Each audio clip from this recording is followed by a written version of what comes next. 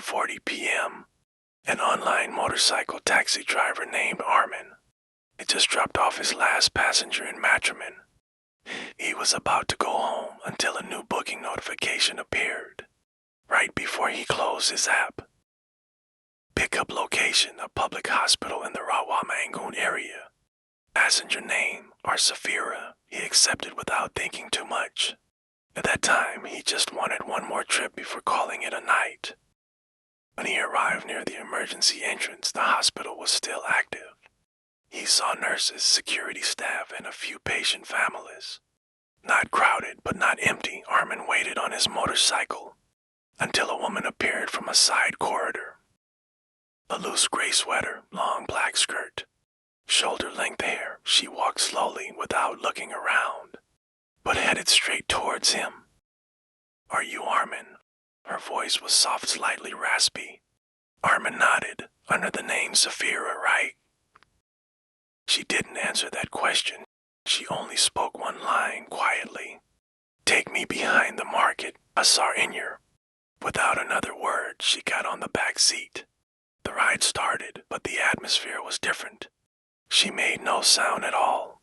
No coughing, no breathing, almost no presence. Armin tried to start small talk. "Were you visiting someone at the hospital?" Silence, no response. A few times during the ride, Armin felt something odd. Sometimes the passenger felt too light. Other times, heavier than any normal person. And somewhere along the road, there was a faint scent of wet soil, even though it hadn't rained that night. The GPS led them into a narrow alley. Dim street lights, houses tightly packed, only wide enough for one motorcycle to pass through. Armin asked gently, "This way, right?" For the first time since she got on, the passenger spoke again. "Keep going, turn right at the end, the house with the blue gate." Her voice was calm, certain. The alley grew quieter, no TV sounds from houses. No conversations, no crying babies. Just the soft roar of the bike and faint night wind. At the end of the alley, Armin stopped. There it was, a blue gate, peeling paint, no porch light. He turned his head slightly. "Is this your house?" No reply. He slowly got off the bike, then glanced at the passenger seat, empty. She didn't get off. She didn't walk away. There were no footsteps, no signs of anyone leaving. She was simply gone. His hands began to shake. He grabbed his phone to end the trip on the app, and that's when he noticed something he hadn't seen before. Safira with a small symbol next to the name, a marking, indicating the passenger was already deceased at that very moment. From behind the dark blue gate came a faint sound.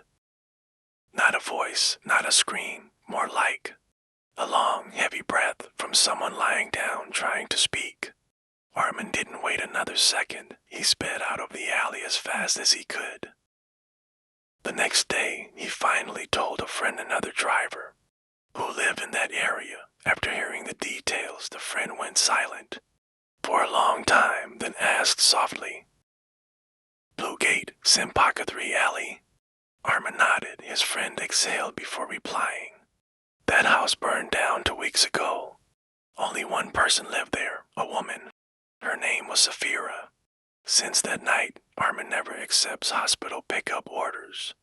If it's close to midnight, not because he's scared of ghosts, but because sometimes the ones requesting a ride aren't meant to be taken home."